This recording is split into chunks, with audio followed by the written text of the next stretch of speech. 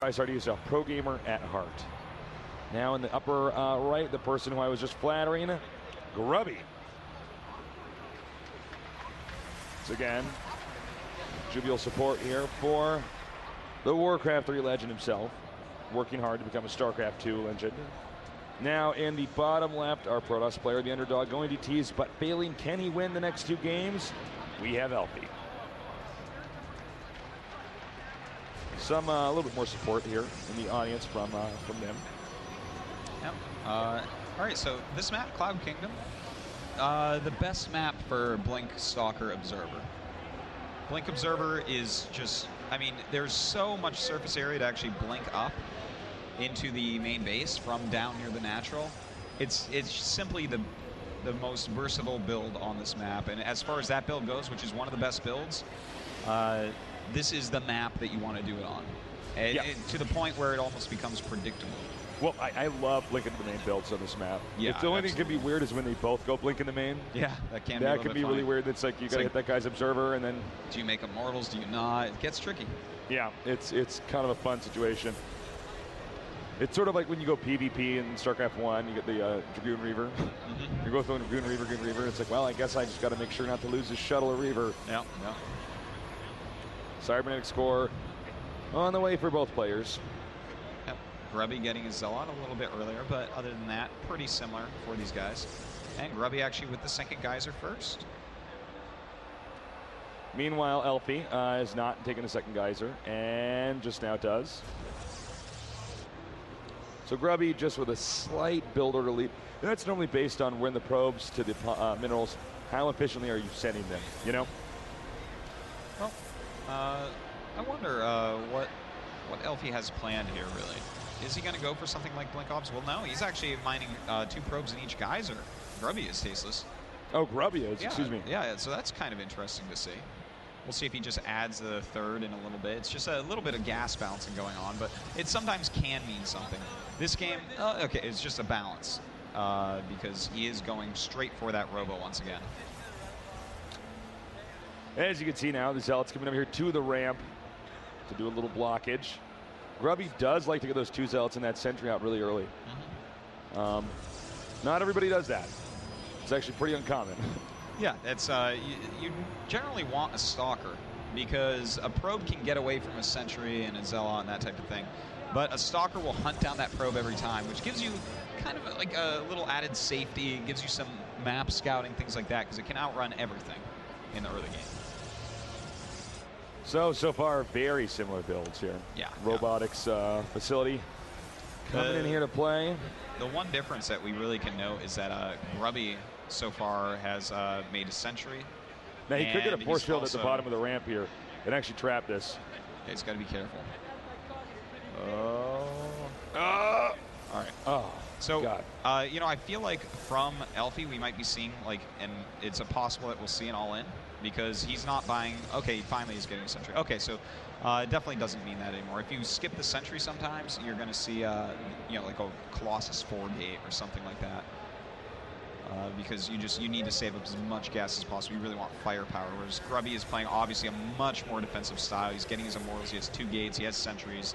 Oh, and in fact, okay, it looks like Elfi is going to go for that. He's going right up for that robotic space. So this is from Elfi, going to be a Colossus old school build here. Yeah, it's come back really quite a lot. Well, you know, it was always a good build. It was always. Oh, actually, he's making an immortal, so it could possibly be. Normally, you do have 1 immortal with the 4-gate Colossus, but this could be like a speed warp prism immortal as well, which is a strong build. I love that build. It's so funny to see immortal warp prism harassment. It's so cool. I absolutely love it. It's so funny because I never would have thought the immortals could be a harassment unit. I know, right? It's like, well, they do kill probes in 2 shots. They you do. Put 2 into a warp prism. Yeah, it deals. I guess you can. Okay, he's going for 4 gates, so okay. It is just going to be the Colossus 4-gate all-in. This is going to be lots of Zealots and just a Colossus. Yeah, like 3 or 4 months ago, this was like the only build on the Korean server because it kills and punishes so much. But we'll see if Grubby can actually get enough units out to hold this off. You know, it's going to come down a lot to micro, where they engage each other. Force fields are actually a big part of it. Even though you have the Colossus, you want to make it walk around and break force fields as opposed to deal damage. Yeah, yeah. And, there's some builds you only get one Colossus, some where you get more than one. It really depends. And yeah, if you're going to get just one, it's definitely going to be stepping on the force fields, because then the amount of sentries you invested in, it makes sense, because look at how many sentries he has. Uh-oh, gets that observer. He's in the dark now. Elfi moving in. He smells blood in the water. That's right. His Colossus is coming as well, Tasteless. Grubby, by now, is pretty aware of what's going on. When you see that little weird group of units, you're like, okay. This is a Colossus 4-gate. And right now, as far as armies go, I'm liking... Actually, Grubby has 3 Immortals right now, so that's not too bad. And he is going to pick up a pylon, which is a pretty big deal. That's huge. Now he's got to go, get out of there. The Colossus now coming down here with the rest of the army. Force field's not so useful. Grubby creating an arc.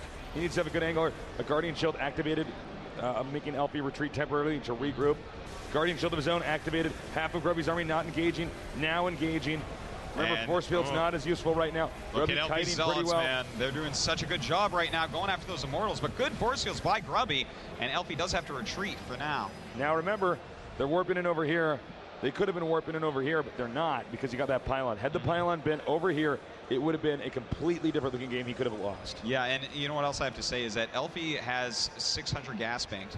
That's like a little bit illogical. You actually want to warp in a few sentries for the battle just to be able to like grab some units so that they can't run away from you, so your Zealots can kill them. Like you trap the Immortals and kill them off. That, and if he's not using those, he should hold that thought. Here we go, the battle's now engaging. And there we go, breaks that force field. Grubby with a great forward step to actually shoot that Colossus, deal a lot of damage. Elfi moving in, he still has a lot of Zealots left over, but Grubby very smartly getting his own.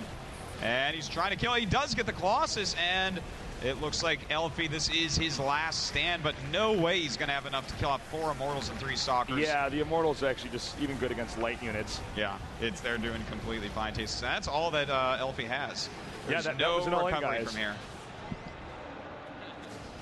Yeah, there's completely more units for Grubby, better economy, everything is his way. And in fact, Elfi's going to go ahead and make one more Colossus and go for it again. And hey man, why not, right? Yeah, well, you got to do what you can do. Yeah. To get out of your group. Well, I mean, it's funny now. Elfi has a bunch of sentries, right? He's spent his gas on those at this point.